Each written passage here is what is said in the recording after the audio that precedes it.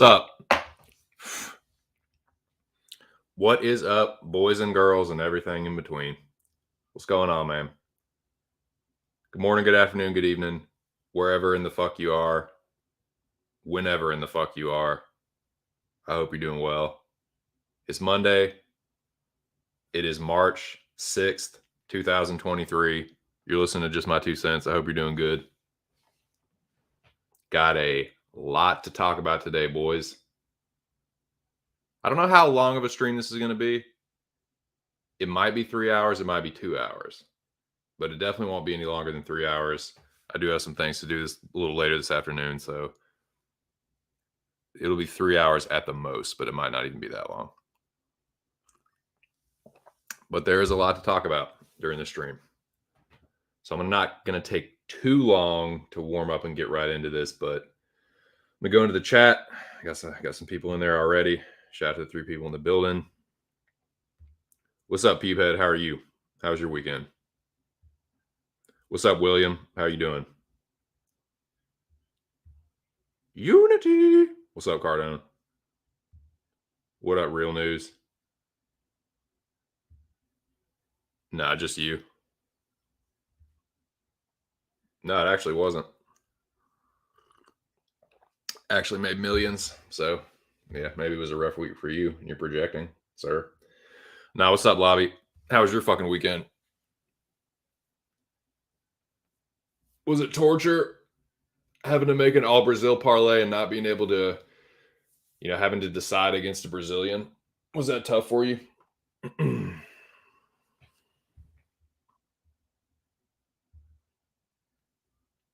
Well, I don't know what to tell you. It's been put up so many times, like you just can't claim ignorance at this point. But anyways, I hope y'all had a good weekend. I am still like kind of wiped out from this past weekend, dude. It was a good weekend, but there's a lot going on. It was a little stressful. Yesterday was pretty chill. I feel pretty good today, but there's a lot to unpack from the weekend. A lot that went down. We're going to recap UFC 285. I'm going to tell you how I did with my picks. I did make some untracked bets, but I'm not going to talk too much about that because it wasn't anything that I put out ahead of time. I didn't make much. I made like $5, but yeah, I didn't lose. So that was cool, but it's not really worth talking about. They were just a bunch of little fucking micro bets. And my focus and attention was almost squarely on the Mecca, which I'm going to talk about. Shout out to the Rabid Dog, Mr. Arkansas. I'm going to tell you what I thought about the first week of Mecca season 10.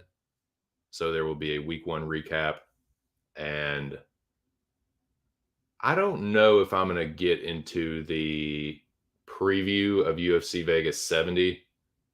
I haven't really looked at the card. And I think I'm probably just going to take, like, I'm going to not make this a long stream. Going to take care of what I need to in the afternoon and spend this evening and tomorrow doing tape study. And then Wednesday, you can find me on one Aaron the Dog MMA's channel. Make sure you subscribe to that channel. Tune in Wednesday.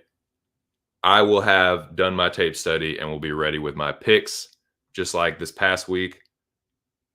The picks that I make on Wednesday will be my Mecca picks. I'll keep the method of victory. I'll play that a little closer to the vest, but I will have made up my mind on the picks for next week. So yeah, I'll do tape study this evening and tomorrow, and I'll be ready to rock. But what's up, man? Shout out to the 6 people in the building. Speaking of Mecca, ex-champ right there. What's up, Zach? My all Brazilian parlay of Hebus and Ricci was good. Did you I know you fucking hedged with fucking Arujo and Ricci too. The all South African parlay hit too. You love the same country parlays. I know, dude, but I don't fucking tweet them out. That's why they're untracked. Like, I don't know, man. That shit's corny. Hey, homie. Sa, dude. So yeah, man. Let's talk about the Mecca first. I was trying to think of like, how should I do this? Should I do it simultaneously? Like, I'll talk about the Mecca first, and then that will segue into the fights. So, week 1, like, the night didn't even technically start, and there was already drama. There's already some upheaval. If y'all were there on Saturday night, y'all already know what happened. I'm not going to spend too much time talking about the drama part of it. I'm going to try and keep it on topic and as Mecca related and Mecca relevant as possible. Some of it will be unavoidable to talk about because it affected the Mecca, but my policy on this channel is going to be like it's always been. If you're here to troll, you're catching a wrench. And that's all there is to it. Now, like I said, some parts of this are going to be unavoidable to talk about. So let's just get those out of the way right now. Y'all know what happened. The drama went down. And because of that, the first person technically that was eliminated from the Mecca was my dude Boston Nick. Very unfortunate situation. I still feel the same way I do about it, but I understand. I understand why Ark feels the way he does, and I get it because it was a fucking mess. Thus and so, Boston Nick was technically the first person eliminated from the Mecca. It was by way of Daddy through Mo, and here we go. Mecca week 1. Let's get this up there.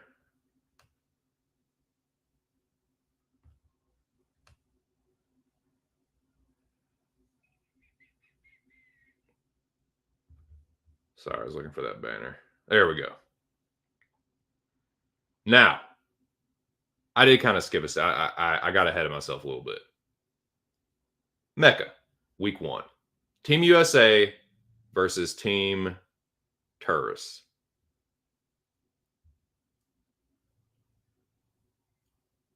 This is the crazy part, dude. The craziest part about week one and the woulda, coulda, shouldas, this is the wildest part.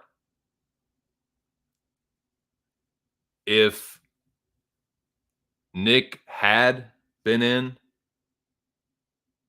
and had locked his picks in, he would have gotten Highlander. That's the craziest part. He didn't, and all the shit happened, and he got kicked out. But there was a contingency plan. And this is where it really gets crazy. Ark had a contingency plan for something happening at the fucking 11th hour, which it did. Very unfortunate situation, but there was a contingency. Anon Adham was entered into the Mecca very late in the game, but he got plugged in,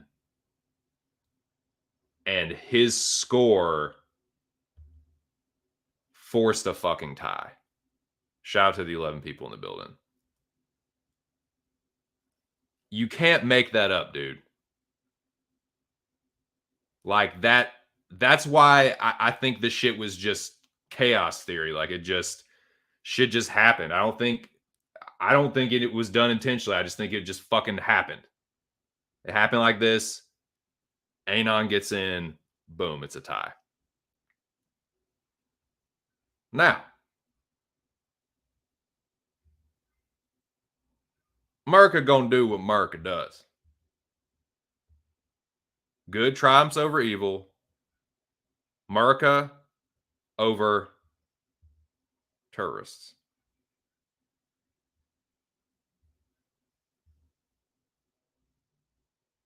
So how about that good old red, white, and blue domination?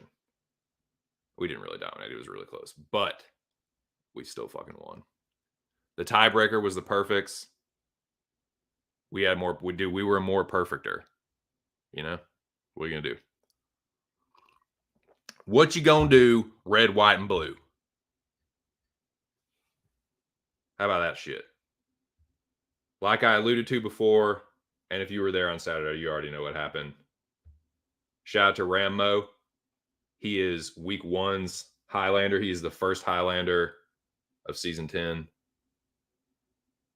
He 795 is a beastly fucking score, dude.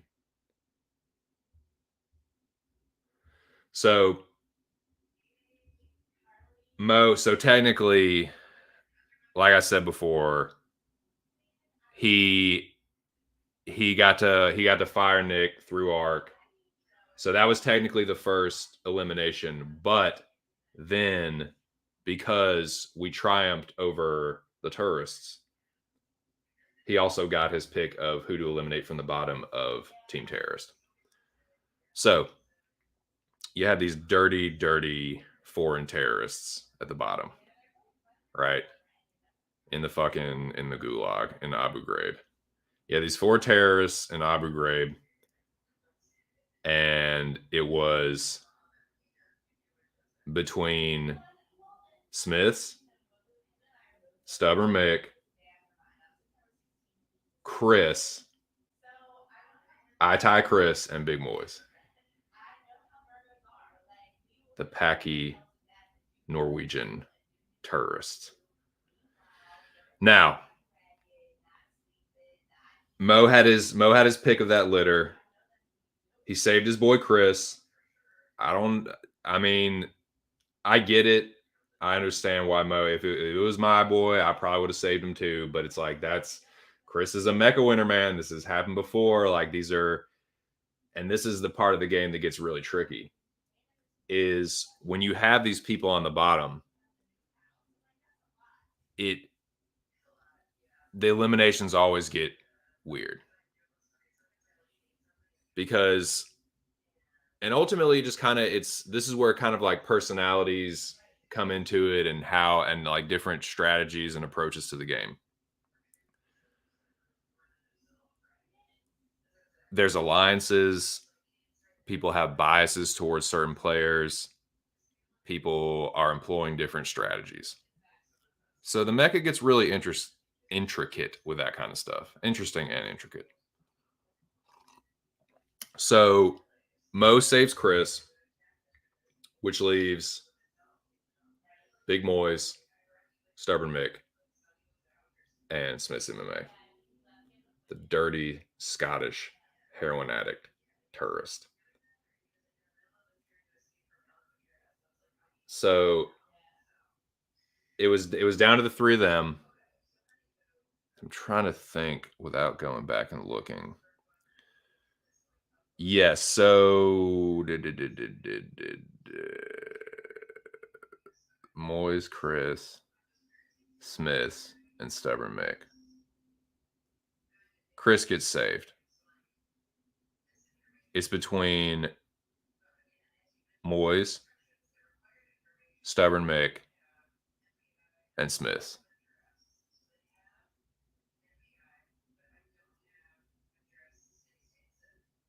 The first person eliminated from the Mecca as a result of just the game is the Scottish heroin addict terrorist. You talk poo about the red, white, and blue, and Mo went crazy on you and fucking eliminated you, Smith. That's what you get, dude. Sorry, bro.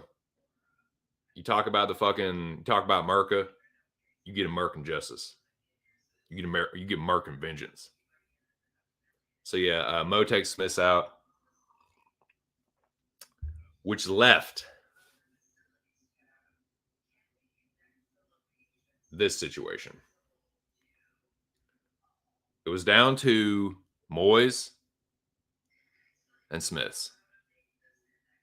Moise and Stubborn Mick. A lot of M's. So Moise and Stubborn Mick. This is where, for me personally, I feel like I made a mistake.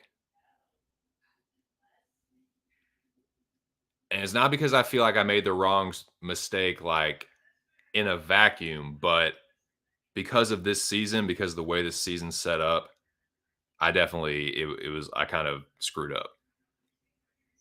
This season, there's a kill tracker, and the kills are gotten with Highlander and also the vote. So for every person that's eliminated, if you were part of eliminating them through the vote, you get a kill. Now, this is where I screwed up. Stubborn Mick got voted out in a landslide. It was 7-1. Well, guess who the one was? My fucking dumbass.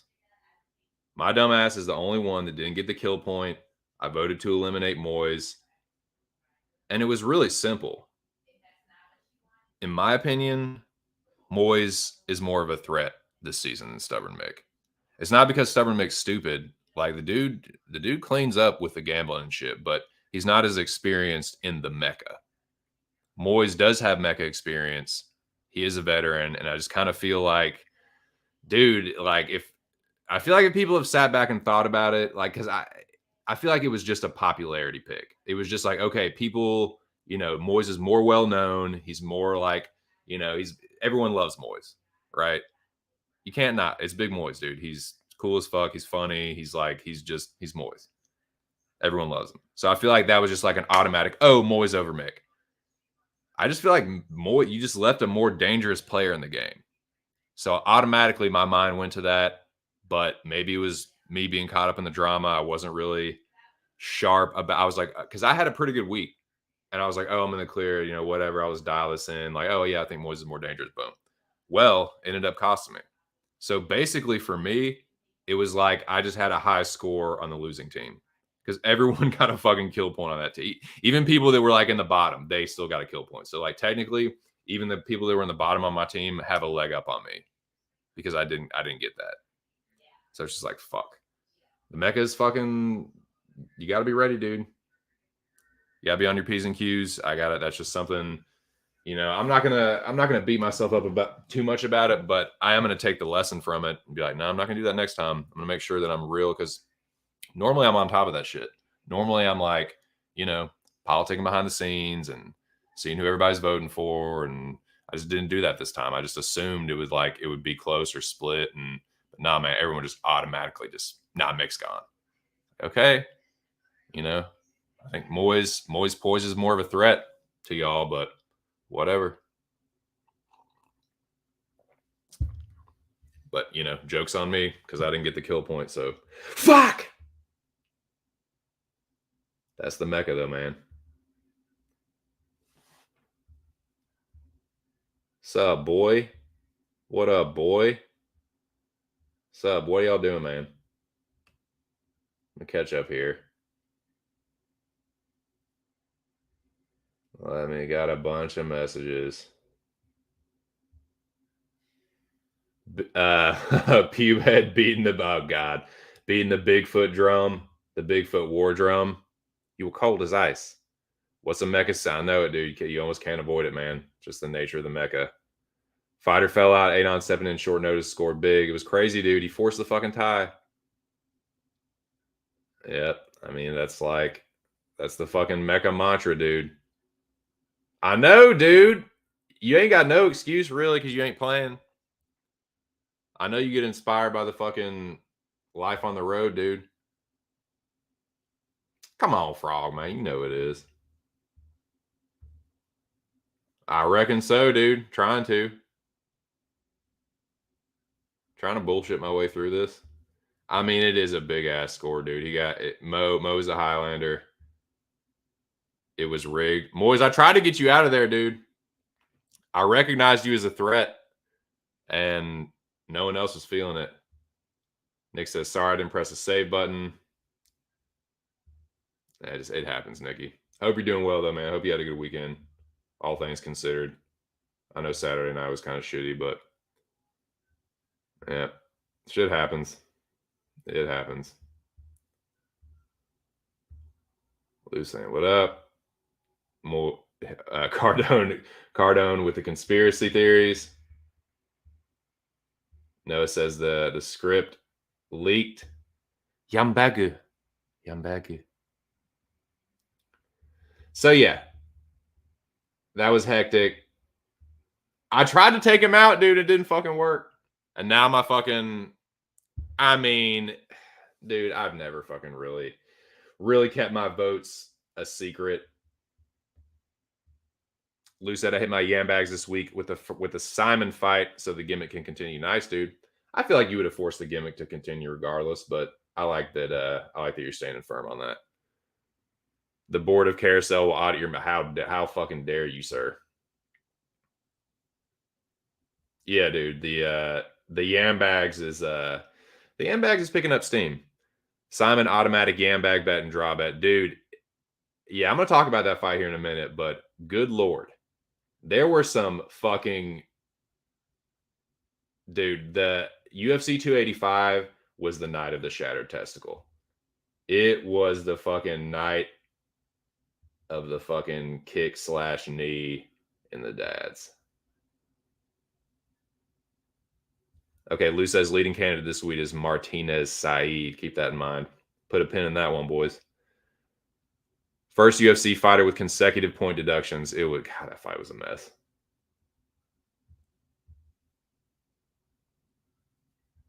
Oh, I know you would. You would just, nah, it never happened. Nah, it didn't happen. And you push your way through it, dude. I mean, that's what happens, man. You encounter diversity good lord, you encounter adversity and you just push right through it like a damn Merkin. You just win. All right, so long story short, short story long, usually with me. Gentlemen, let us now take a moment of silence for the fallen in the Mecca. A moment of silence for these dirty foreign terrorists.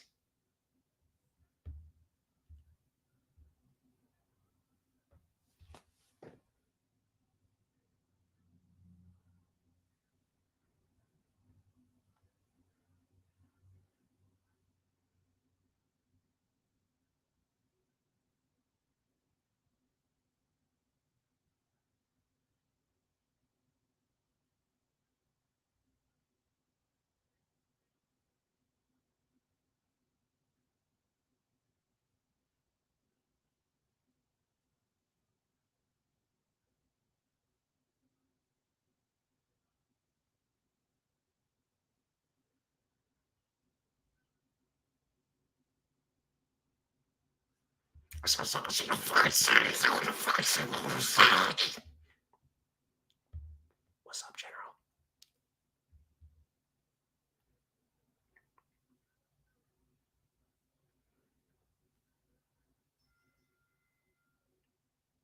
Okay, yeah. What's up, General? Yep. Moment of silence for the fallen, and we move on to next week. But first, let me recap these fights. I gotta eat a little bit of crow, but I did have a pretty good week. I just want to tell you what I thought about these real quick, and then we can move along. Yep, the homies dapping up. It's a party in here, boys. Y'all want some of this ice cream cake? Lift everyone's spirits. Have everyone's soul flying high. A little herb to nice up your head.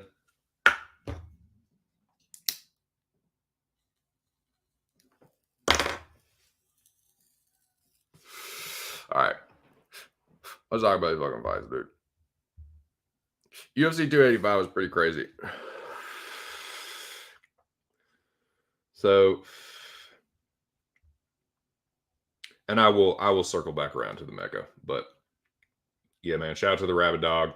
This is the craziest competition that's ever been created.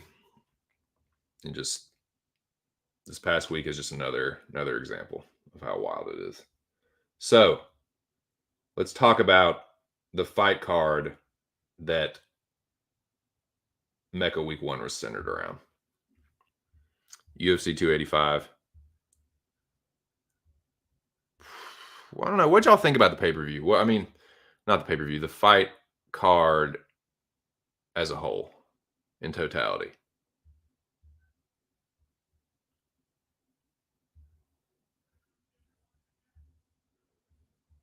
I thought if it hadn't been for the co-main event, a couple like there was Turner Gamrot was a good fight. I figured it would be. The opening fight, the card opener and the main event, honestly, dude, if it hadn't been for the co-main event, that shit would have been a little like if I'd pay for that, dude. I don't know. It might have been a little womp, but it wasn't terrible. Overall, I'd give it like a B plus. There were some good fights. But yeah, we're gonna go through these fights one by one. I'll tell you how I did with my picks. Like I said, I'm not gonna. I had some little bets, and I ended up making a little bit of money, but it's not really worth talking about that much. Like going through each individual one. Ooh, which one did I like? Yeah, whatever. I didn't lose money, so that was good. But yeah, it's not anything that I'm gonna like officially, dude. I made fucking $5 this week. So, anyways, yeah, let's begin at the beginning, shall we? Shout out to the 10 people in the building. Yeah, man. Shout out to the boys at Post Sports Radio too. I was in there Saturday. I did. I think I did drop the one or two that I hit in the chat there. So technically, dude, like I'm up after. No, I'm not up after this week. Even what I did make, I'm not up. But yeah, I don't know how I ended up doing in that contest either. But I know I didn't win it. I think that man right there is the one that ended up winning it, Boston Nick. So, oh yeah, and also, fuck, I forgot to moment of silence for Boston Nick as well. I didn't want to draw attention too much to that, or you know what I mean. You know what I mean. So yeah, first fight.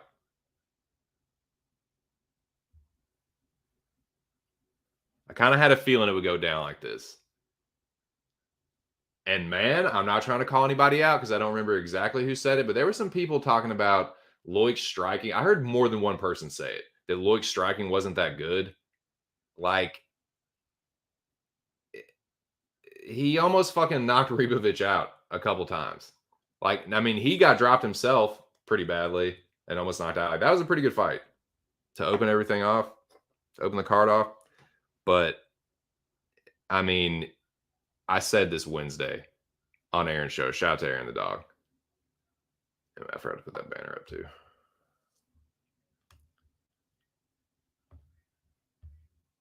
A lot to keep up with, boys. Shout out to Aaron the Dog MMA. Make sure you subscribe to his channel and tune in Wednesday. Make sure you subscribe and tune in to Mr. Arkansas to keep updated on all his Mecca shit. So, I said this Wednesday on Aaron's show that this dude was like Alves.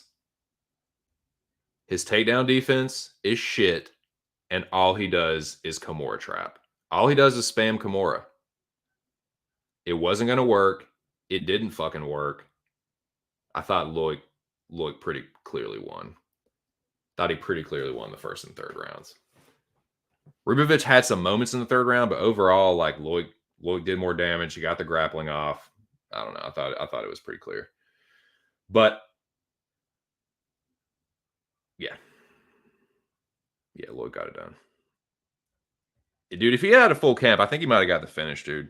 Because he definitely got tired pretty quickly. But I said another thing I said Wednesday, dude, he gets tired and he'll push through it, man. He's a grinder. I don't know. I don't know what his like ceiling is going to be because he has lost to some. Like, none of them are really like shitty fighters. Like they're all like pretty high level PFL guys. But it's like I don't know how much that's going to translate. Like I think he's going to win some fights and probably lose some fights. Like lower level guys or guys that are like green, like Ribovic. Like I think he'll probably beat them. But you never know, man. Like he could have looked a lot more dominant with a full camp. But considering he took that on short notice and yeah, he pushed through the 15 and looked pretty good doing it. So interested to see who they give him next. Jack attack MMA. If Jack would make an aftermatch, I could fucking hear who it would be cool for him to fight next. I didn't say that very well, but you know what I mean. Shout out to Jackie Boy. I know Jackie Boy cleaned up. Oh, he made some fucking money. Yeah, this one wasn't like crazy. I don't know. I just don't really remember this fight very well. It's just kind of forgettable. I remember Basharat won, and that was it. I don't know what it is, man. Like I know that the Basharat brothers are good fighters. I know that they're not shitty. They both have really good distance management, good speed, good timing with their strikes. They look good. They look clean and polished. And yeah, they're not bad on the ground. I just never really like, I go and think about their fights and I'm like, there's never like one moment that sticks out to me or like I'm never just like, oh my God, they're so amazing. Like some people think they are the fucking like, they are the next, like the new breed, like they're going to be champion or something. I don't know about that, but I had a feeling he would be a little bit too much for Blackshear. I don't know. I don't. Some people were like talked pretty highly of Blackshear. I don't really think that much of him. So I expected Farad to kind of get it, or Farid, however you pronounce his first name, to get it done. But I don't know, man. I have a feeling that the Basharat brothers might end up getting exposed. And I think that they've had, these are winnable fights for them. But he won, so can't really hate it. He's beating who they're giving him. 3-time champ, excuse me. We be pubbing. Sub to pub. I understand, dude. I get it. I believe you. Yeah, it sucks. Don't you, oh my God, Lobby, don't you want to fucking block you if you ever fucking expose me like that again, dude. Don't you ever tell people the truth about me. No, it didn't. That was horrible MMA math. Way to point out one of the, you're such a fucking heel, dude. Dude, I always talk about RKO and Cage. I'm going to RKO you. I will snap your neck.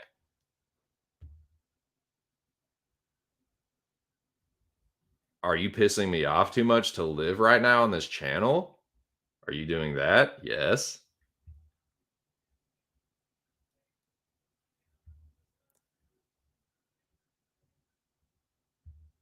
Yeah, exactly. Exactly, brother. You fucking piece of shit, Robbie. Nice, dude. Oh shit. Cardone calling a shot, dude. See, dude, if you'd been in the Mecca, you could have fucking man, you could have fucking been a legend. I mean, you already are kind of, but you could have been even more legendary. Grasso stopped the all-time favorite parlay for the card. Well, yeah, that's Cardizzi.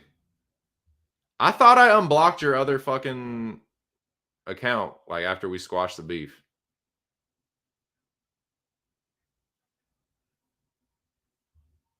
but I don't know that. I don't know because yeah, you. I could have swore I unblocked that account. Nice. Yeah, dude, for sure. Oh yeah, I got shout out Cardone. I got shout out Dried Spicy too, because Dried Spicy called that shit on Twitter on your girl. Shout out to your girl Drea. He she had a follow train. I got up on there for some to shamelessly get some more MMA Twitter followers. And then I'll surely lose them for fucking talking shit about a fighter that they like. But anyways, no, shout out to Drea and Spicy did put that on his reply to that. So shout out to Dry Spicy. He did call that as well. Him and Cardone apparently were on top of that one. That's what's up.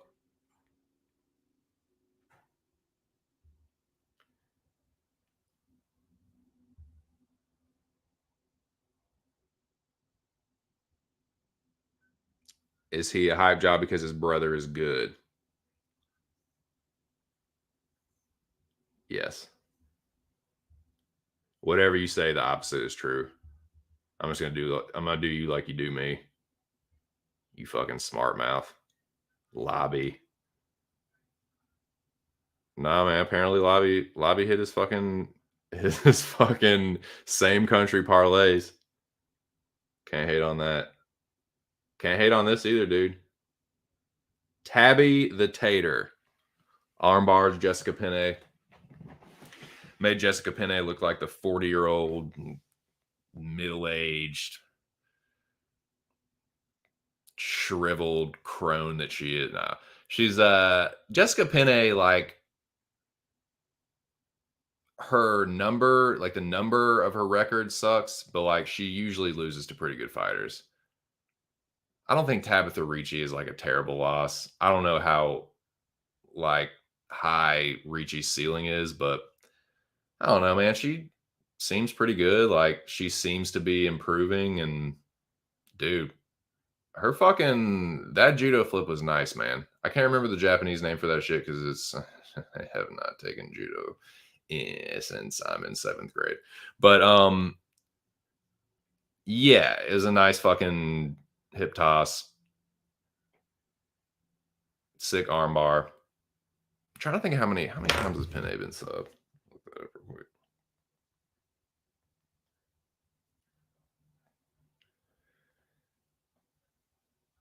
Jessica Penne.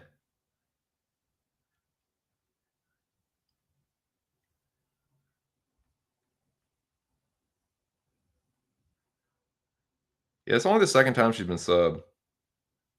She got subbed by Karate Hottie and Invicta, but yeah, man, you look at. I mean, she does have the loss to Zoila Farausto. But other than that, Karate Hottie, JJ, Andrade, Danielle Taylor's not a great loss. I'm betting Ducati's not a great loss either. But you know, I do not think she beat Loopy.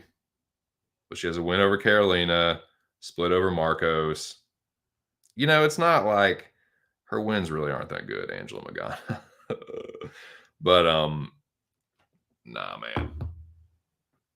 But good shit from Baby Shark. Did what she was supposed to do with the fucking dude. This is why I always say this. And I'm going to show you another example. You I don't can't remember if Penne had said this before she stepped in the cage, but dude, fade the fucking retirement talk. As soon as you hear the R word, if I was you, I'd fade that shit. It's not like some supernatural thing. You're like, oh, dude, why is it that every time a fighter says they're going to retire, they lose? Oh, it's because they don't have it anymore. That's why they're fucking retiring. They know they can't compete. They have what it's not a saying for nothing. They can't like they're talking about retiring because they know they ain't got it. They're already thinking about what it's going to be like afterwards. They're thinking about kicking their feet up, doing whatever they like to do, leisurely activities, enjoying their life post, getting the fucking shit beaten out of them. So that's why they lose more often than they win. Because they don't have the edge. They're like Cougar, dude. Holding on too tight. Lost the edge. Sorry, sir. Cougar lost it, turning his wings. You guys are number one. You know what I'm saying? They just ain't got it. When they say the R word, when they say they're going to retire, fucking fade that shit, man. I'll show you another example here soon.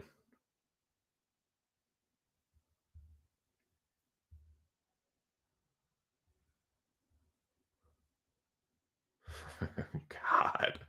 Ruthless. Ruthless. Little banter, little friendly banter. Yeah, I agree with that too. I agree with it. It's more than a game. It is it's chaos. It's another dimension, dude. Telling you.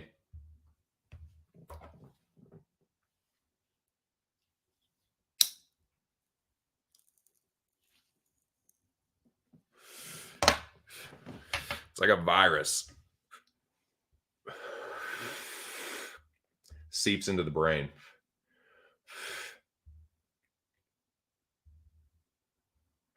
Next fight. Let's talk about the next fucking fight, boys. Shout out to all the people in the building. Nikki, Cardone, Lobby, Wiseacre Lobby. Trying to break my fucking balls, sitting here trying to do a stream.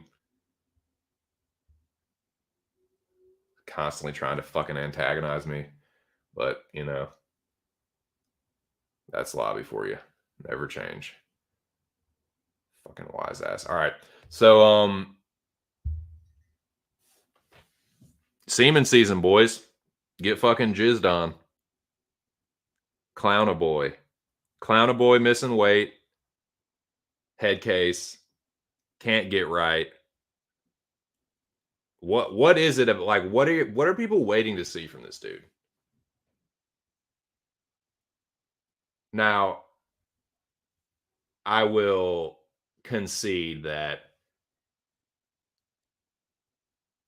Cameron Simon,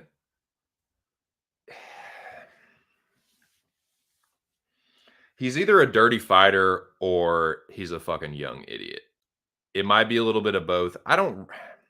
It's tough to tell like intention with that. I think he's just kind of a young idiot. I lean more toward him being just like green and stupid.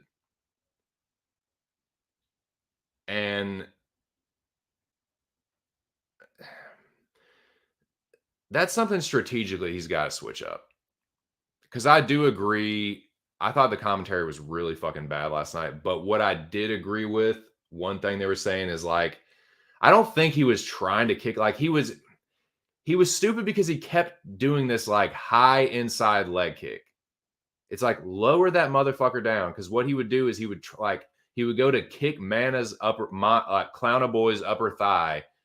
Clownaboy would like duck down, or he would go to change levels, and it would hit him in the nuts.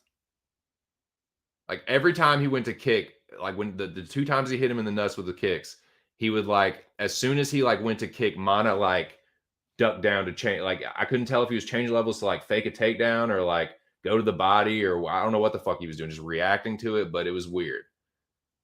But then he like pokes him in the eye. He's just got to clean it up, man.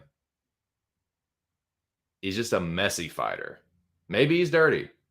I don't know, man. It's tough to tell that shit, right? Nah, he's dirty. I know he's dirty. I mean, obviously he looks dirty. If he's like got 3 fouls, just like he's just fucking tighten it up. Tighten it up, my dude.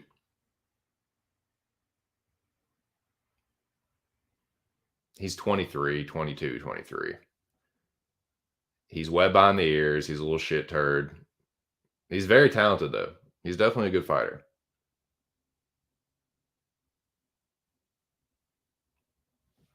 And that everyone says that he's like, yeah, he gets hit. He's fucking tough, though. I knew he was gonna fucking hurt Mana too. Mana's Clowna Boy is just that.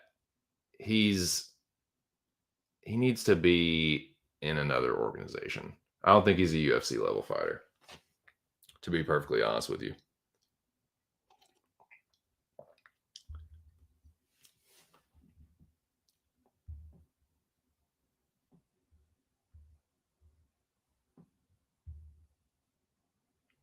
Seeming to love a pee-pee. Hey, dude, that's a good shout, Lobby. That is a pretty good shout, dude. I like that. What do you think about that, Jack?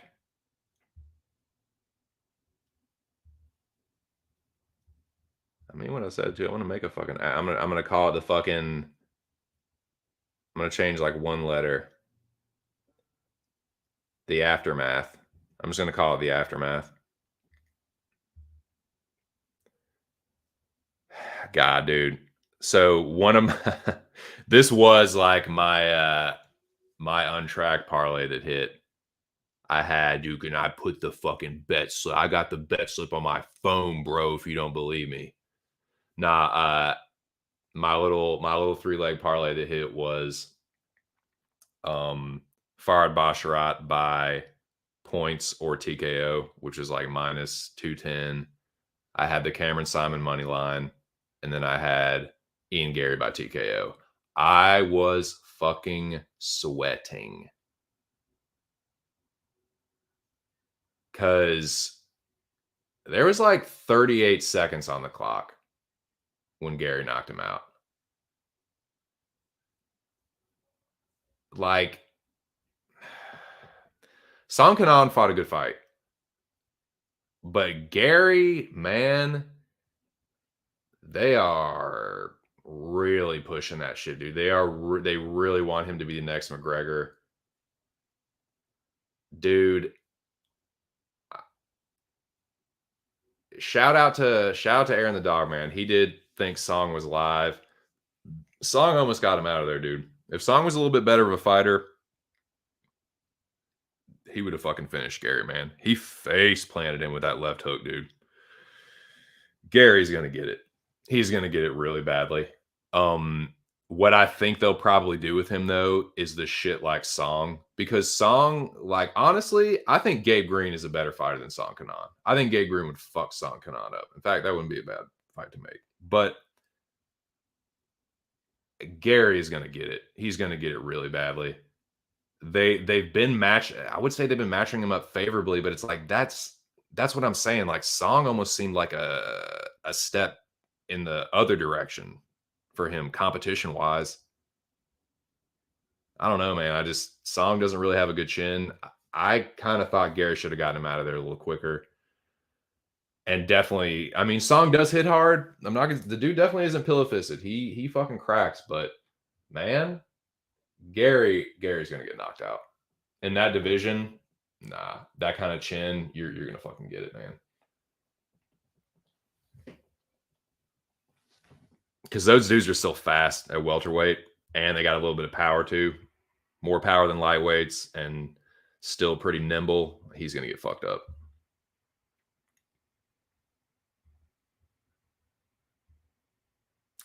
Yeah, that's what I'm saying. God, Noah, dude, that is pure sadism. You're a sadist. You just expose yourself as a sadist, sir. Um, no, that is that is funny though.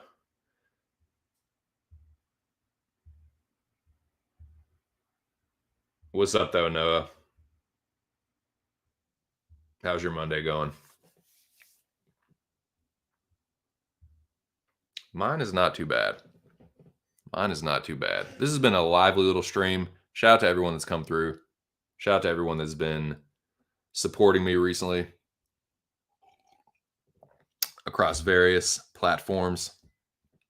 Mr. Arkansas, Aaron the Dog, MMA, Pub Sports Radio, the dudes over at MMA Engine that have been showing support, i.e. Lou Betcha, Wheezy, Brady.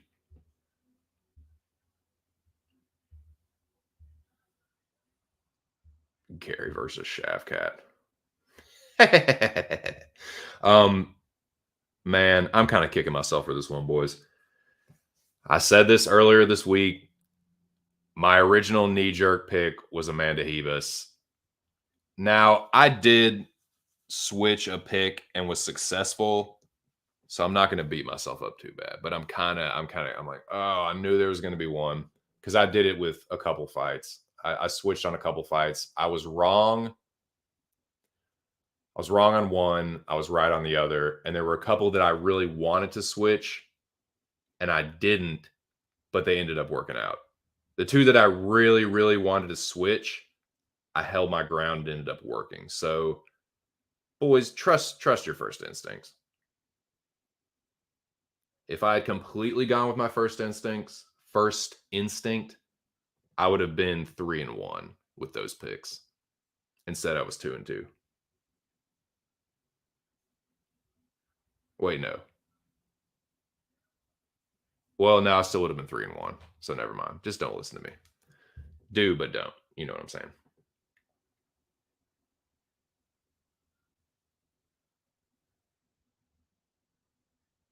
Man, Hebus looked good though. I did not expect her to have the success on the feet that she did. She's still a goofy biatch, Gatasiach. But she's and her striking is so wonky looking, but she's definitely improved. You can tell that she's worked on the striking. It's so weird with her, man, because she'll look good against pretty good competition, but then I don't see her ceiling being that high. I feel like she'll just kind of stay. I feel like she'll just rinse and repeat right where she is, just like middle to back of the top 10. She'll win some fights and get a little higher, and then she'll lose one and go back down. She'll just kind of stay in this like this little spin cycle of fucking, you know, kind of might end up being like a gatekeeper kind of status deal. But you know, she did look good though. I mean, I can't hate on her, man. She got it done. She clearly won the fight. Exposed, the holes that have been there in Viviana's game, like her gas tank, the activity. Dude, she fucking hurt her bad too, man. I don't know. That was definitely I was kind of getting a bad feeling about that one. Like everyone seemed to be on Viviani when everyone is on the dog. That's usually not great. You know what I mean? The popular dogs, those tend to be like, I don't know, dude.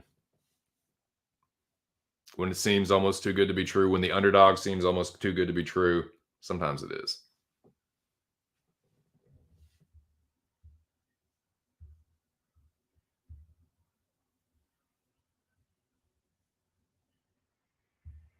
No shit, dude. That really that made my jaw fucking drop. What's up though, dude? I was putting you over a little earlier. The man himself. Tune in Wednesday. Yeah, man. It's dude. Yeah, I agree. I agree. I think she'll probably lose her next fight because they'll give her a better fighter than Viviane. It's like, oh, here's where you were when you fucking like Caitlyn is not a bad fighter, but like if you're having a close fight with Caitlyn, that is your ceiling. The elite fighters smoke Caitlyn and put her away. Good fighters, or fighters that are like on her level, like that's what happens. It's like you can, ooh, who won? Caitlyn or fucking Hebus? Like, like that's kind of where I think, like I said, I think she's just gonna keep this spin cycle, like just keep like this turnstile, right here, right where I started. Do a 360, bro. Nah, you're fucking lying. You're not a philosopher. You're a fucking liar. I know, man. I know. It's almost like, almost seems too good to be true. And I should have stayed with Hebus. But what is?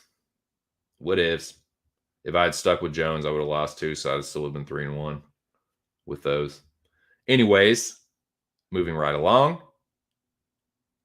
Marc-Andre Belair, his powerbomb through Julian Marquez for that baby. That's a great thing. Dude, this was the worst commentary of the night. Rogan and DC had their fucking tongues up Julian Marquez's duker the whole first round.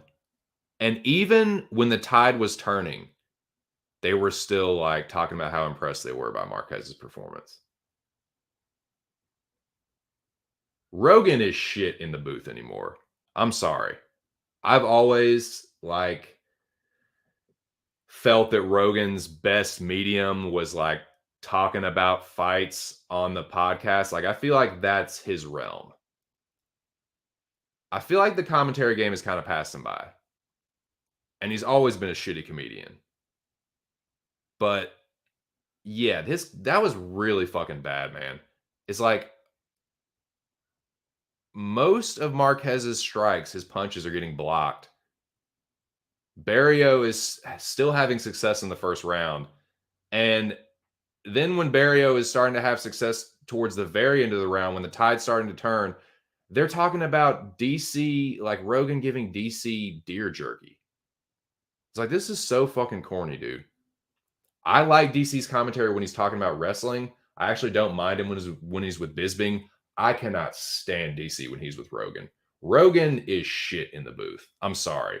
He used to be good when people didn't know what the fuck they were looking at. When it was him and Goldie, I actually didn't mind that. When it was Rogan and Goldie, but now it's just, I just think Rogan, they need to take Rogan off the commentary. He just needs to be relegated to speaking and analyzing the fights and talking about them and building them up on his podcast.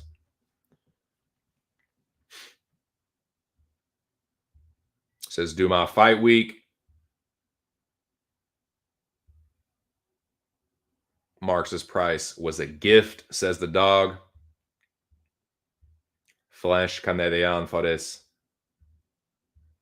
I know, dude. He's just fucking dialing it in. You can tell he's just there, like, there. He's probably on edibles. He says he doesn't do it stoned, but it's like, I don't fucking believe that.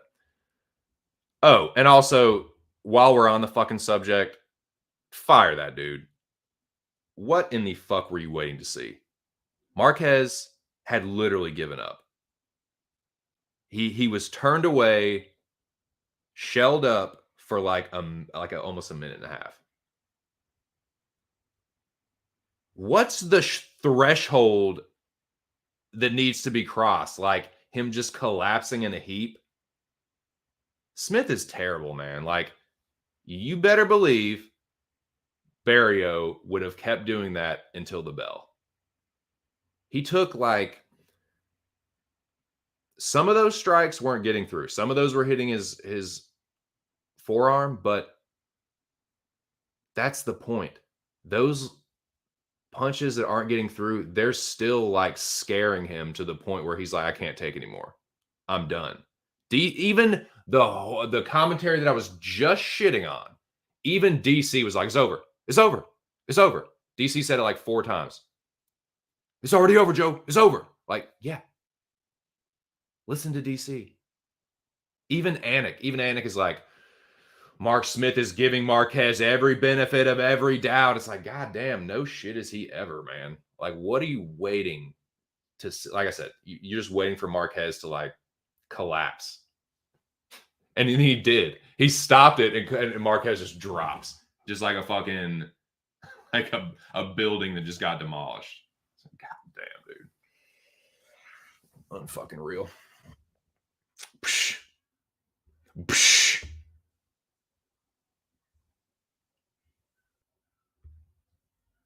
Don't you dare project onto me, sir.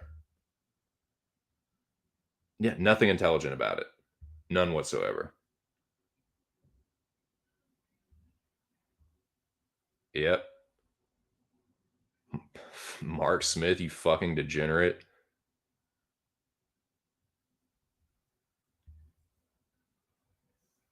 It's like, I think he heard him. I think he heard Anik being like, Jesus Christ, Mark, like, what are we doing? Water, we dune here, Bappa.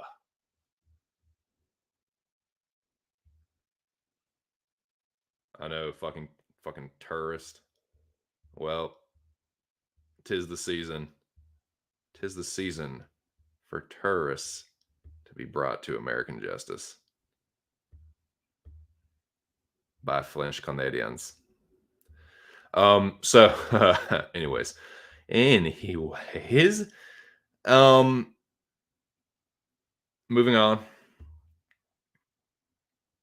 Speaking about somebody else that is gonna fucking get it. Man, I don't hate anyone for picking Brunson or for betting Brunson. It wasn't a bad read at all. If this was Brunson like 2 years ago, this is the Brunson that fought Shabazian, he'd have got Dricus out of there. But like I said before, when you hear the R word, they're already thinking about it. It's already in the back of their head. They've already got one foot out the door. It's a cliche for a reason. The fire to push through the adversity, it ain't there. It's like, oh, you're getting beat on, and you're like, yep, it's almost over. I just let this one transpire. Just let it happen, baby. And then home sweet home. They're thinking about their bed. They're thinking about their, kicking their feet up. That's what's in the back of their head instead of let me push through this so I can get to the next. I can fucking win this fight and get to the next one and get the fucking belt. That's kind of why I picked Dricus. Is like he's not as good as people think he is. He is fucking food for the top 5. Oh my god, is he going to get whooped? Like thinking about what Robert Whitaker or dude, even people, I think Vittori would whoop the fuck out of him on the feet. But imagine people like Whitaker or Adesanya or fucking Pereira, dude. Could you imagine what Poetan would do to Dricus on the feet? Lord have mercy. Ray day in the morning. It would be, dude, you want to talk about sadomasochistic. Yeah. I don't know, man. Brunson almost got like he put Dricus in some really bad spots. It's just he's a little bit past it. The fucking burning fire isn't there. When the going gets tough, Brunson usually kind of looks for a way out. His corner threw in the towel. I've never, dude.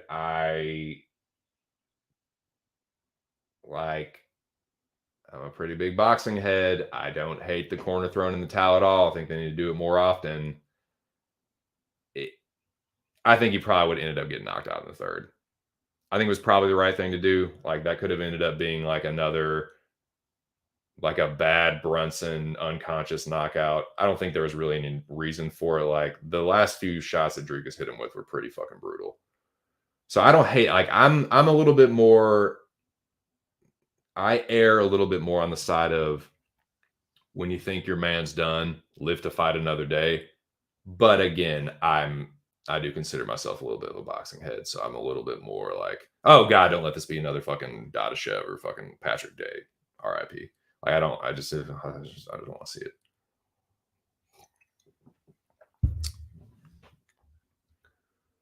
So people are gonna be like, "Oh, dude, why they throw in the towel? The round was over." It's like he won't gonna recover from that after a minute.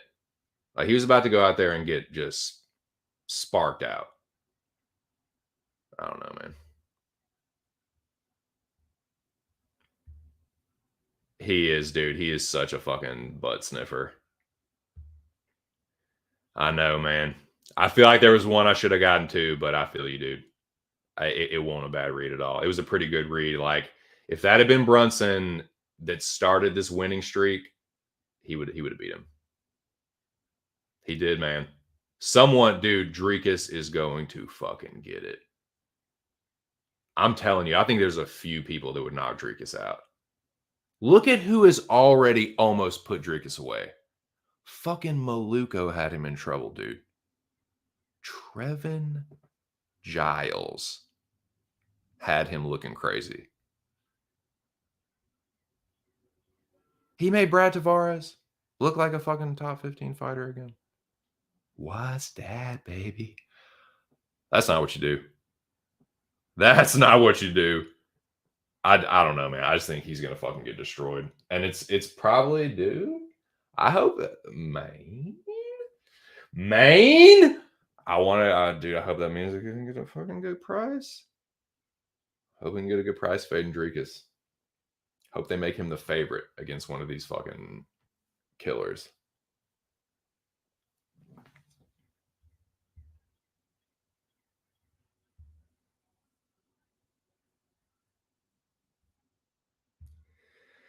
Yeah, maybe you're right.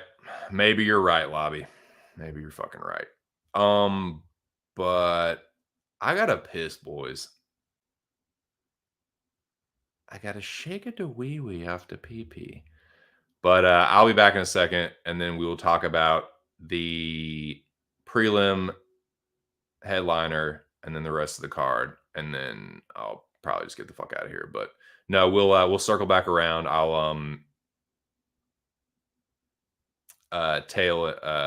dovetail this or whatever with some more Mecca talk, and yeah, but I can't even think straight, so I'll be back.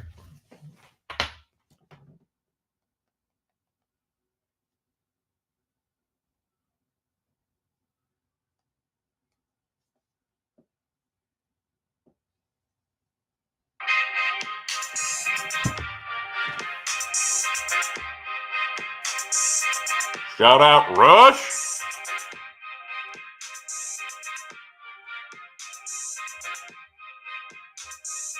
Rush, it's your jam, bro.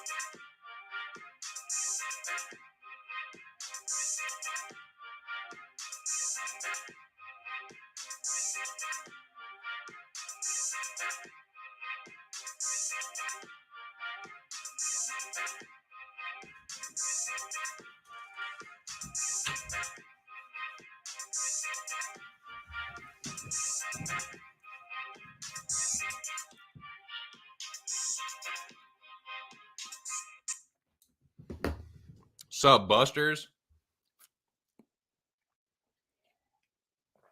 Dude, Sunbelt chocolate chip granola bars are so fucking dank. Dude, when I was a teenager, could stone with my friends after school. When we went back to my house, dude, my mom would keep that shit stocked. Like, the pantry always had this fucking dude. Me and my friends would come home after riding around smoking and just demolish. Dude, sometimes I didn't even have to have my friend. Dude, sometimes even when I would come home by myself, I would just tear through a whole fucking box. My mom would get so pissed. Like, why? This is supposed to last you the whole week. Okay. I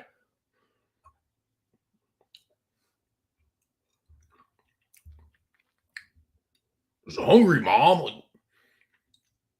it's what it's there for to eat, right?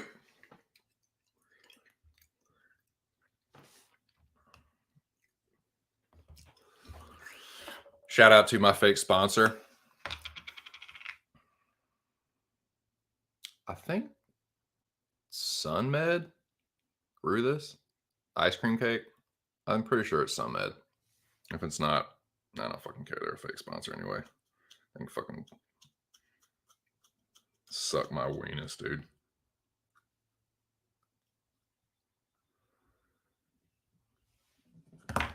Oh god, I almost spilled all my weed. I didn't though. I caught it. My cat-like reflexes from martial arts training. Saved it. You would, dude. You would like those fucking gay ass Lara bars. No, I'm just playing. Lara bars. I don't think I'm familiar with those. If it's not Cliff Bars or Sunbelt, I'm not really familiar.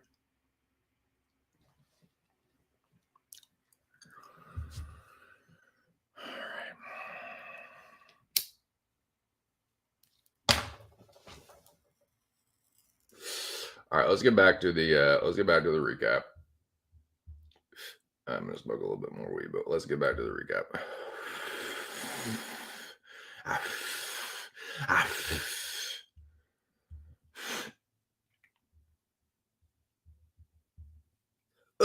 Dude, dates?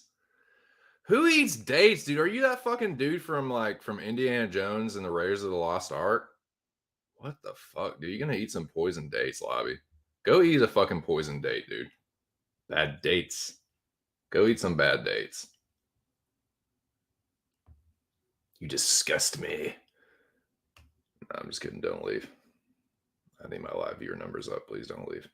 Okay. Main event. No, Jesus Christ. Prelim headliner. Maybe I do need to stop smoking this fucking ice cream cake. Prelim headliner. It's like I'll never fucking do that. I'll never stop smoking weed, dude. Weed is my personality. Okay. Cody Garbrandt does just what it says right there. Puts on a veteran performance versus Trevin Jones. It's the kind of fight I was hoping and expecting to see. Perfectly picked. Garbrandt by decision. I was worried every fucking millisecond that fight was on the feet. Jones hurt him in the third round too and almost got him out of there. I was worried about that too. That was kind of my nightmare. Like Cody will be fighting the perfect fight. He'll look good. He'll style on him a little bit like he did. And then about halfway through the third round, he'll get clipped. It almost happened. Thank fucking God he survived. Wins a clear decision. That's like, dude, I called that shit all week. Cody is literally going to have to slip only a handful of punches to get this victory. Jones is way too low volume. Think about that too. Corner is screaming at him, Trevin, you need to finish. You got to get him out of there. He has him on the ground and he just holds him there. Like, no, negative fucking urgency to finish that motherfucker. Jones is just a fucking, like, he's like Mana, dude. He's a fucking head case. Can't get out of his own head. Can't pull the trigger. Like, just not confident in his abilities when he's in the octagon. It's like kids, I'm stuck in a second gear.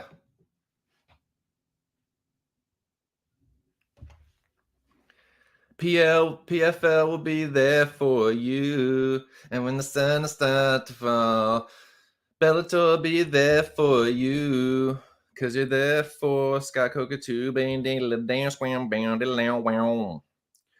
had Cody by decision, but motherfucker threw more dance moves and strikes. Hey, that's cool. As long as he won.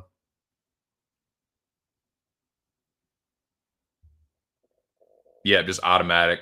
Slaughter rule. Fight's over. Yep, you win 2 rounds, fight's over. Nope. Just not give him the chance to get the, not give him the chance for the come behind victory. You lost the first 2. Great.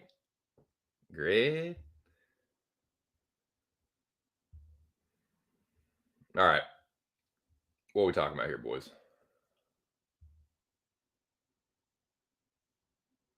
Okay.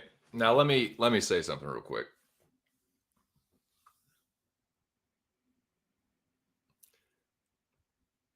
I understand why they had this on the pay-per-view. This was not pay-per-view worthy. Jamie Pickett is not a pay-per-view worthy caliber of opponent.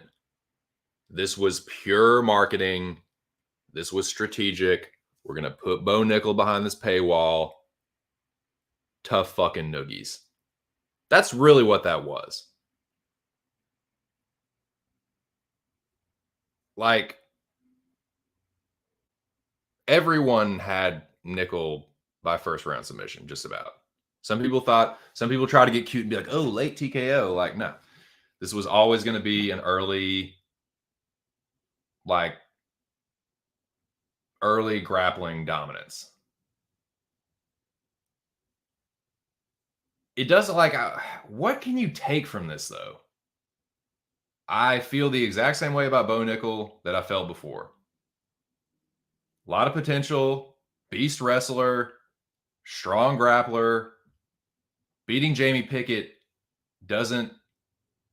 is like, okay, still feel the same way. Like, it's not like, oh, my mind, like dude, you really opened my eyes subbing Jamie Pickett. It's like, okay, like, all right, not pay-per-view worthy, but I get it, dude. It's a business. They're trying to make money, putting Nickel behind the paywall. Everyone wants to see what, the Penn State prodigy has. I get it.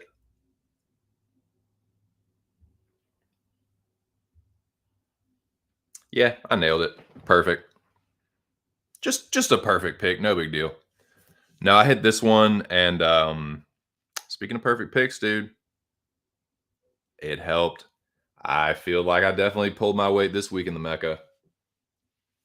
I got the perfect with this one and also the Duplessis. Duplessis knockout, second round knockout. I was a little bit worried about that too. I was like, God, please let this stand. Because the round had ended. I was like, God, if they make this a third round TKO, I don't know. But they said, he said 459 of the second. Like, yes, dude. So that helped. That perfect, and then this one, I feel like that was good. Good contribution. Pickett robbed. Sorry, I lost my stomach grumbling. Um, this one is like, I imagine that I feel similarly to this fight that Aaron the dog feels to the Brunson. Turner almost got him out of there, dude. Turner hurt him several. I feel like he hurt him in like every round. Like, I don't know, man. If it's supposedly based on damage, I think Turner won that fight. I get why they scored it for Gamrot, but like, I kind of get it, but I kind of don't. If damage is king, the damage was done by Turner, the majority of it. I'm not saying Gamrot did zero damage, but he was holding on for dear life. Like, that was panic wrestling if I've ever seen it. And I fucking told y'all that Gamrot's top game was overrated. Turner got back to his feet so many times. I said takedowns are good, top game's overrated. And it is. It's Euro trash grappling. Turner was stuffing takedowns. He'd get taken down, get back to his feet. So I still stand by that. I still stand by Gamrot having fraudulent tendencies. So you can't have it both ways. Either Turner's good or Gamrot's a fraud. Pick one. Pick one and forever hold your peace. I don't know, man. I feel like, yeah, I'm biased. Like, I picked Turner in the Mecca. I feel like I got screwed, but that was, I don't know. I thought, damage was supposed to be scored over grappling control, and it just wasn't. So, what ifs? Frustrating, but it happens. I was kind of worried about this one. I had Shavkat by first round submission, and I was like, man, he's not going to finish this fight at all. Like, Neal's going to survive, but nah, dude. Was it? I don't know if it's technically a standing bulldog choke. It could be like a standing rear naked choke. I'm definitely not a grappling expert. In fact, it's not. What is somebody correct me? Any grappling nerds in the chat? What kind of choke was that? I was going to say chokes. Standing chokes. Jeff Neal.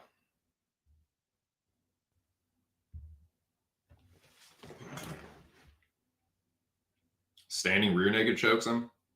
He was kind of behind him, but he was kind of off to the side. So I was like, is that a bulldog choke? I don't fucking know. I'm ignorant when it comes to that shit. So it was standing and it was a choke. So I think that's both valid and sound. Standing chokes Jeff Neal. Yeah. What is there to take away from this fight? Jeff Neal, another head case. I'm sure he'll put out a lengthy excuse on why he missed weight and why he didn't win the fight. I mean, I thought Shavkat put on a pretty good performance. That was more or less what I expected. I was kind of worried, obviously. I thought I was going to go to decision, but yeah, I mean, I thought for evaluating him, yeah, looked pretty good on the feet. He's nasty in the clinch, man. The knees from Shavkat are filthy. Now, I didn't talk about this. Let me go back real quick. Couple fights. Bo Nickel threw that knee. It definitely hit Jamie Pickett in the sack. I don't think he meant to do it. There was a slow motion thing out there. You can see it hit the top of the thigh first. I think that's what he was aiming for, but it like instantly glanced off and went right into his nutsack. Like it might not have been intentional. I don't think it was, but it was definitely a foul. It got missed. Jamie Pickett did get kneed in the nuts and then submitted. So that's kind of unfortunate, but yeah, we'll take it for the points. But Nah, unfortunate. I don't think Bo. I'm gonna say I don't think Bo or Cameron Simon are dirty fighters. Cameron Simon needs to get his shit together though, or he is gonna get labeled a dirty fighter. Some people already have him labeled that way. I'm not gonna say I'm like y'all are crazy for feeling that way. I don't know. I think it's more just him being young and stupid, but he's gonna have to tighten it up, man. You can only like defend that kind of shit for so long. Like, dude, you need to stop doing this shit. If you don't want to be labeled a dirty fighter, you need to fucking change your tactics a little bit, dude. I don't understand your tactics. You keep like Herb told you, stop. He didn't even tell him, be careful with your weapons. You know, you're responsible for your weapons. He was like, stop throwing that kick. And he wouldn't do it.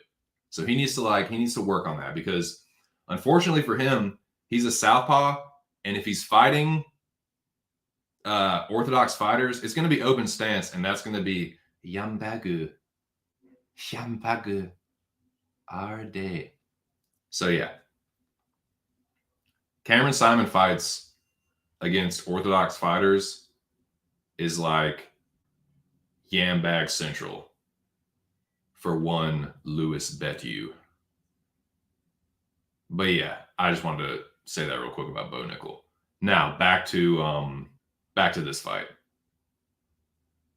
And very interested to see who they give Shavkat Rakhmonov next. I don't know. What do y'all think? I think I'm gonna smoke some more ice cream cake, Bo Dick.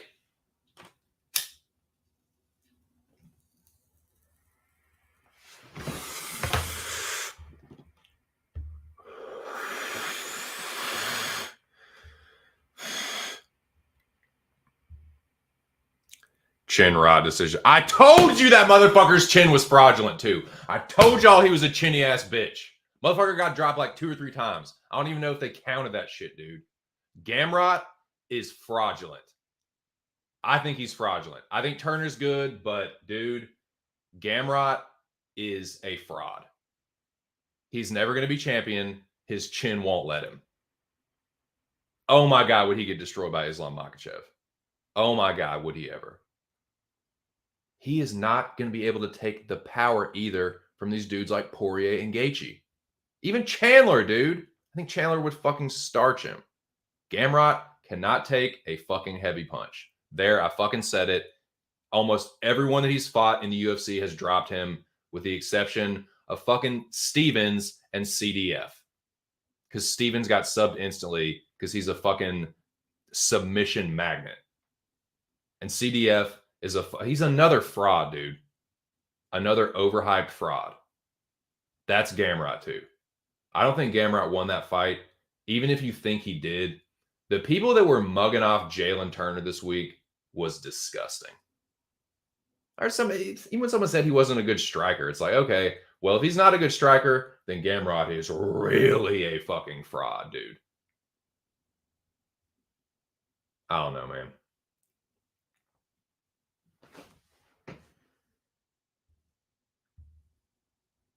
Yep.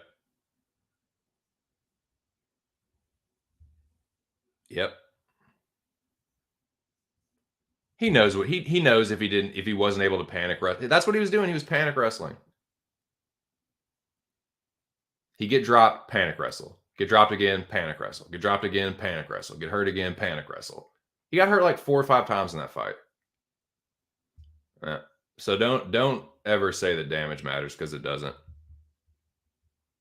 Not when it's fucking wrestling rat fargets like fucking Gamrot. Anyways, that sucked. This shit was crazy, dude. Yeah, hot take. Oh, that was so like mind-blowing. It kind of was. It kind of was, dude. I really wrote Alexa Grasso off. I thought she had no fucking chance. She definitely fed me some crow, dude.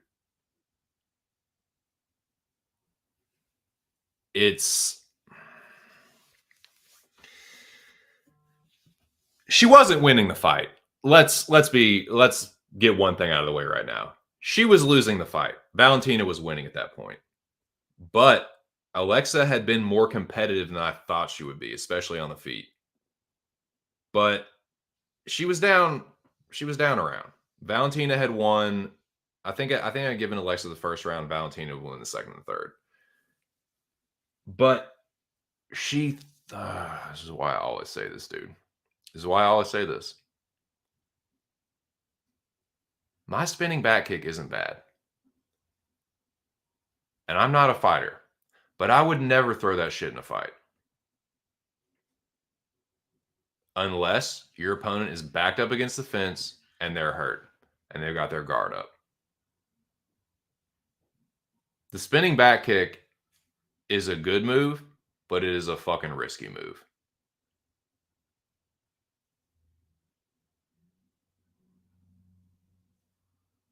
It's effective at catching your opponent off guard, but dude, if I was training a fighter, I would train that out of them as soon as possible.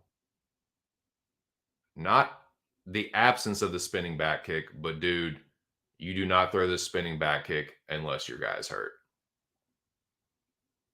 And I think it's actually a pretty good kick when the opponent's hurt. Because like, especially if they're hurt, they put their guard up, that's when you throw the spinning back kick right in the fucking guts, right in the sternum.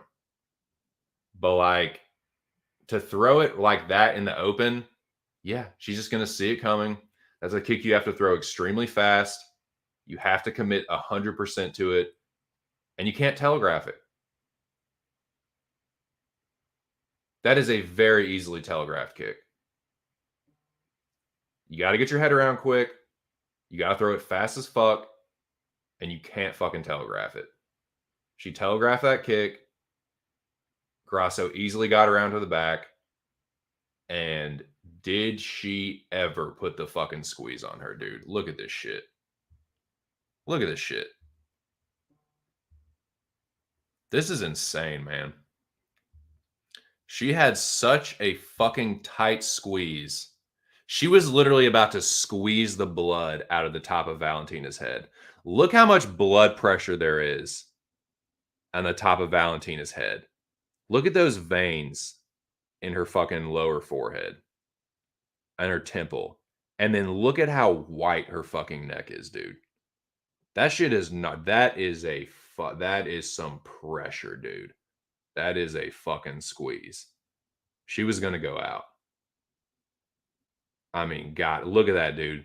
That's like that shit in the ocean where it's like the salt water and the fresh water meet or whatever. That phenomenon where they're like, Jesus is real or like God is real or whatever. You know what I'm talking about. That shit, that is that right there. That is the Great Divide. It's basically where her top lip meets her bottom lip. There's a clear like there's blood here. There's blood circulating here. There's blood not circulating here. There's blood that's being forced into places it probably shouldn't be, and an absence of blood around your neck. That's insane, dude. The choke heard round the world. It felt a little bit like Amanda Nunes, Juliana Pena. Definitely shades of that. You know, she did, man. Yeah.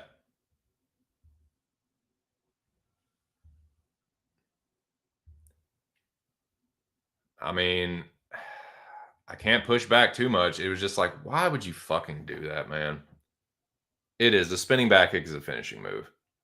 When someone's on their last leg, you throw that shit and they'll usually just crumple into a fucking heap, especially if they're ready to go. But like when someone's fresh, they'll just step out of the fucking way and you've given them their back. Or you can just fucking punch them right in the face and they don't have a like, uh,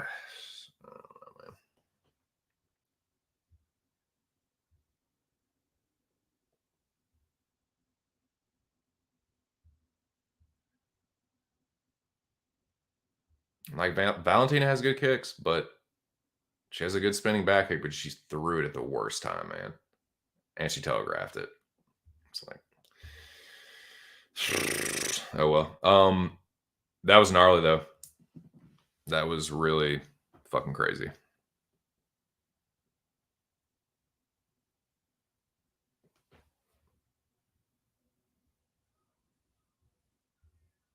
Well, boys, that brings us to the main event. The main event of the evening. And it wasn't much of an event. It was basically John Jones getting the takedown, lacing the leg, getting on top of Cyril Gahn, getting into like 3/4 mount, and just big brothering him. I like what John did. It was pretty slick butthole to set up the guillotine. He like when he went to posture up to hit Cyril Gahn, he slipped his right arm under his chin. So like he was punching him with his left hand, making Gahn forget about the choke, and he slid his right arm underneath.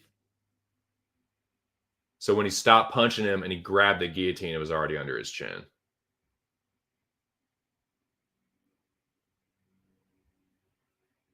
And it was just like he did like the 10-finger grip, and that was it. He was sitting on him too, so it was basically like a 3/4 mounted guillotine. Just big brother shit. Just fucking sat on him. There you go. See ya.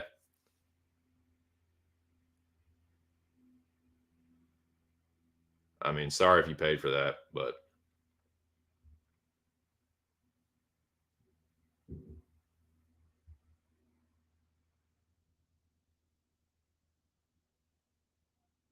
dude, I'm serious, man. Like it's Gone. Like, I mean, even I said shit like Gone seems to be like the new Bree, but like that's why I picked Jones, dude. That's why I picked Jones by submission. It's like, dude, if Francis is doing that to you, John's gonna fuck you up. I don't like John at all, man. He's a scumbag human being, but he's a beast fucking wrestler. I always knew that. He hasn't used his wrestling in a while, but every time he does, he has success with it. He uses it a lot earlier in his career. He used it against Gustafson in the second fight to fucking destroy him.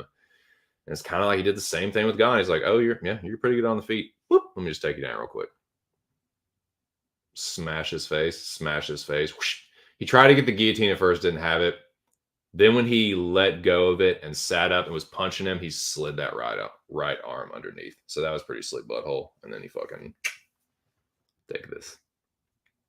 He connect with left arm, take this guillotine.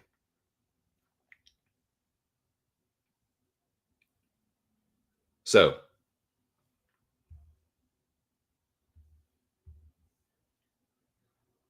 to circle back around to the Mecca, your boy did kind of kill it. Didn't quite get Highlander. Mo is the Highlander. I think K. Jaroni, my jabroni, was in second place. I'm going to have to Batista bomb the living fuck out of him. But yeah, your boy didn't do too bad. I'll never turn my nose up at 770. Felt like I feel good to be able to contribute to Team USA as well in a winning effort. So I didn't get the kill point, which is my own fault. Definitely a tough lesson, but hey, it was basically just like surviving on the other team. So whatever. But yeah, that's the lesson for next week is like on the if we win again and it comes to a vote out, that's going to be pretty key. But yeah, helped our team win. Feel good about that. Feel good about the high score. Going to keep that going though. Going to keep that going. So this week is UFC Vegas 70.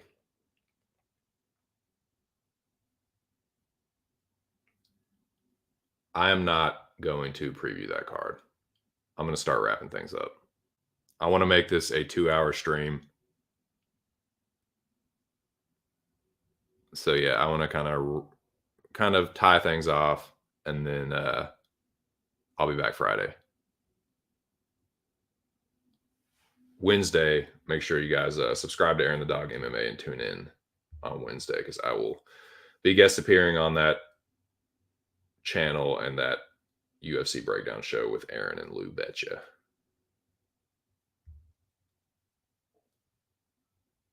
Yeah, dude. Man, you weren't the only one. Plenty of people were on Gone. So man, I'm not gonna shit on anybody for picking Gone. Some of the picks that I've made this year and some of the bets that I've made, they're just fucking horrendous. So I can't really talk about a bad pick or a bad bet. Yeah, I mean, did end up being a bad pick in the end, but like Brunson, I don't think was a bad pick. I don't think Turner was a bad pick. Mana was a bad pick. I don't think Ribovic was a terrible pick, honestly. Like he had Loic hurt.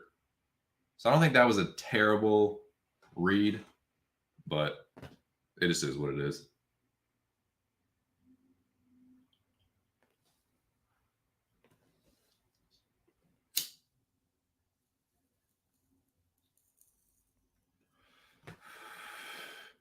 The new mayor of Kingstown was crazy.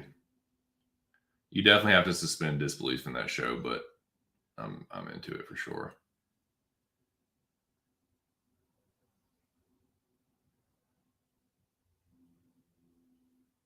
I did watch the first episode of Mandalorian. It was good. I liked it.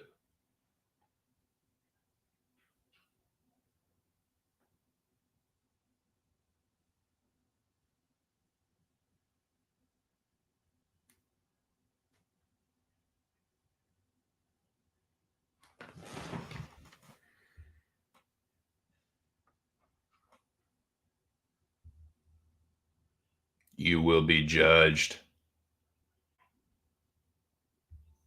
You like how I tried to take you out, Moise? You were a threat, dude.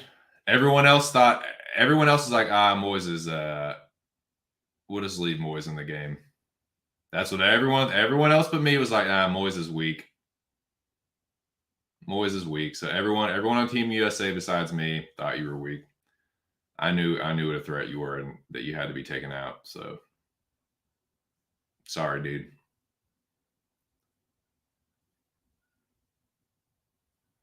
Nah, man.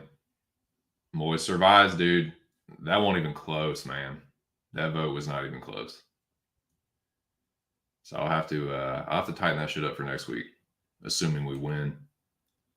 Can't assume that though, man. I'm gonna spend the rest of the day as soon as I get done with fulfilling my obligations. I'm gonna study. I'll be studying this evening. Study all day tomorrow, and then Wednesday I will drop my predictions.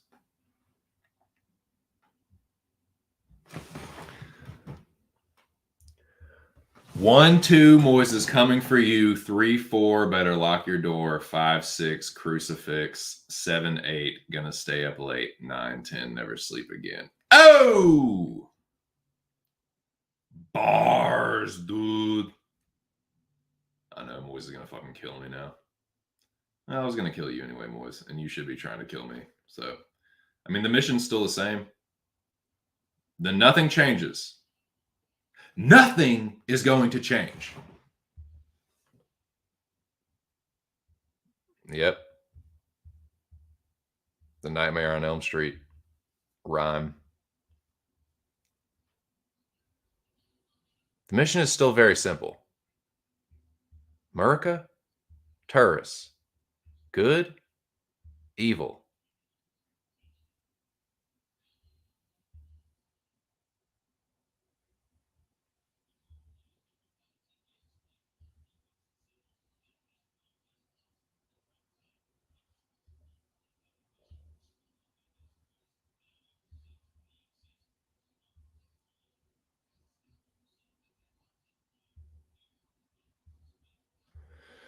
So, yeah, I think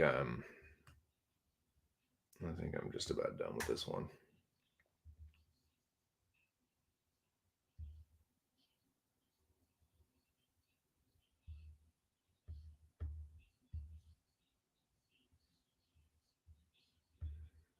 Guilty on all counts. Yep, I'm guilty. Guilty of trying to assassinate Moyes.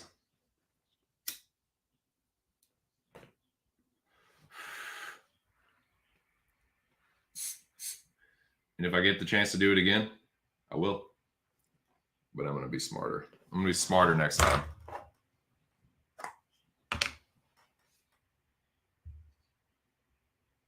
Hopping over to Aaron's. Alex said he took Gone.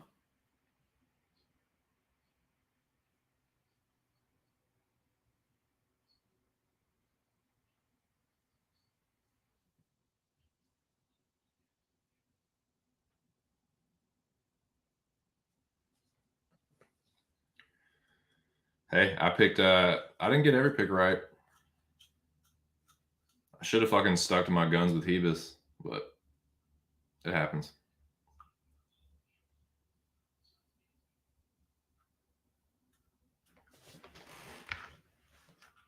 So yeah, I'm not gonna get into this next card on stream. I'll just fucking study later. But yeah, shout out to Aaron the Dog MMA. I'll be there Wednesday. Make sure y'all subscribe to his channel and tune in. Definitely make sure y'all subscribe to Mr. Arkansas if you're not already. Mecca 10, week 2, right now. Technically started yesterday, but we're in the thick of it now. Best of luck, gents. You don't fucking need it. For real. Skill and consistency, consistently good picks will get you really far. But sometimes you're going to need a little bit of luck. It's not going to be like, you can't have, not everyone can have a season like season 7 for Zach Johnson, where just like every fucking week you kill it. It usually doesn't go down like that. Usually there's at least 1 week where you need either some help from your teammates or you just need some damn old luck.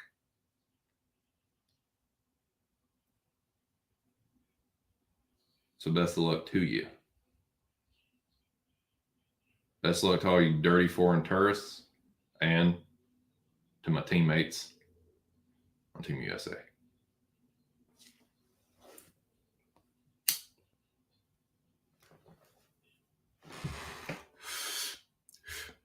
Peace, Nikki. Later, dude. Shout out to the boys at Pub Sports Radio.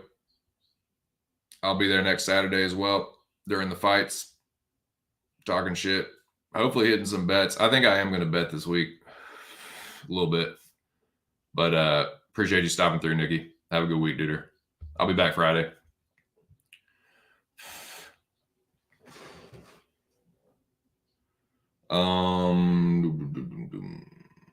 Let's see.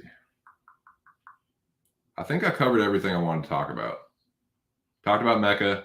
Talked about 285. Aaron the Dog Wednesday. I'll be back Friday for the weigh-ins. More Mecca hype. Ark will probably go live at some point this week. You never know exactly when the Rabid Dog is going to appear, but I suspect he'll make an appearance in the next few days. So be on the lookout. Definitely subscribe to Mr. Arkansas. Turn on the notifications. Be sure to turn on the notifications.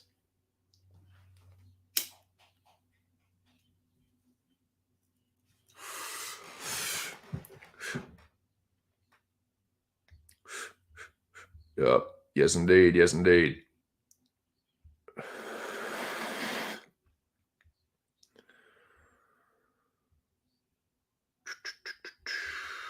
Yeah, I think that's just about it. Anybody got any final thoughts?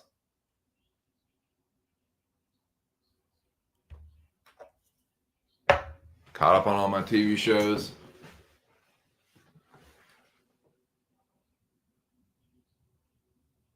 Tape study, tape study.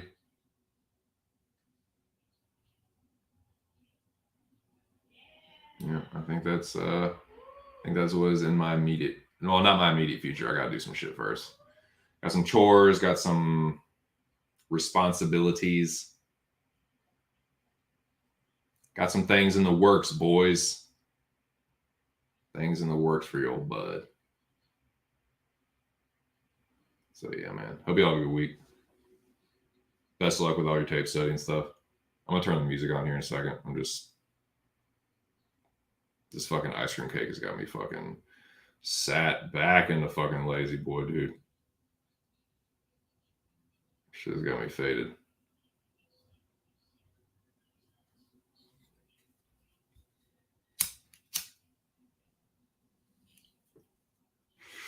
It was a good fucking batch. Really high terps. Cheap too.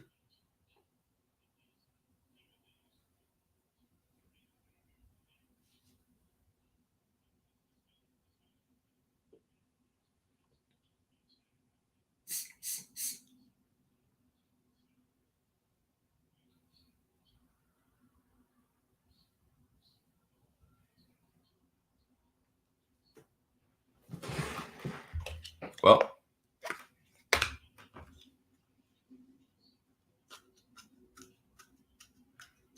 want to go to 2 hours, but I just have nothing to say right now. Just blanking.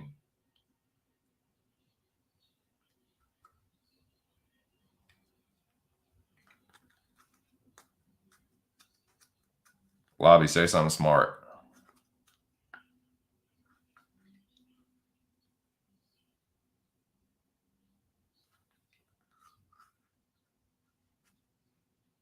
Give me your smart ass fucking parlay for next week. I know you have it together. It'll just be whatever. It'll be all Brazilian or like another same country parlay.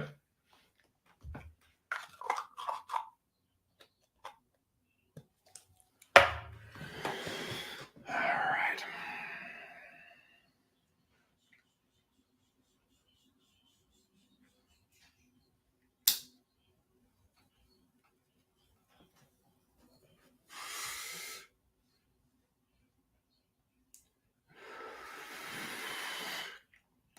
But yeah, this is going nowhere, so I'm gonna go. I'm gonna put this song on. Now this is a good stream though, man. Big shout out to everyone that came through. Boys, I think we had 12 people in here, which is a really good live number for a channel with only 200 subscribers. So I want to give a big shout out and thank you to everyone that came through, everyone that's been spreading the word about this channel. Mr. Arkansas, Aaron the Dog MMA, Pub Sports Radio, MMA Engine, all the good guys out there in the community, man. Shout out to y'all. Hope y'all have a good week. Best of luck to everyone. Best of luck to everyone in the Mecca. Like I said, that's where I'll be late Saturday night. And if you're in the Mecca, you need to be there too. Regardless of whatever else is going on in this community, whatever group chats you may or may not be in, if you're in the Mecca, you better fucking be there Saturday night. If you know what I mean, I think you do. All right, boys, that's it for me. Once again, thanks to everyone that came through. Have a good week.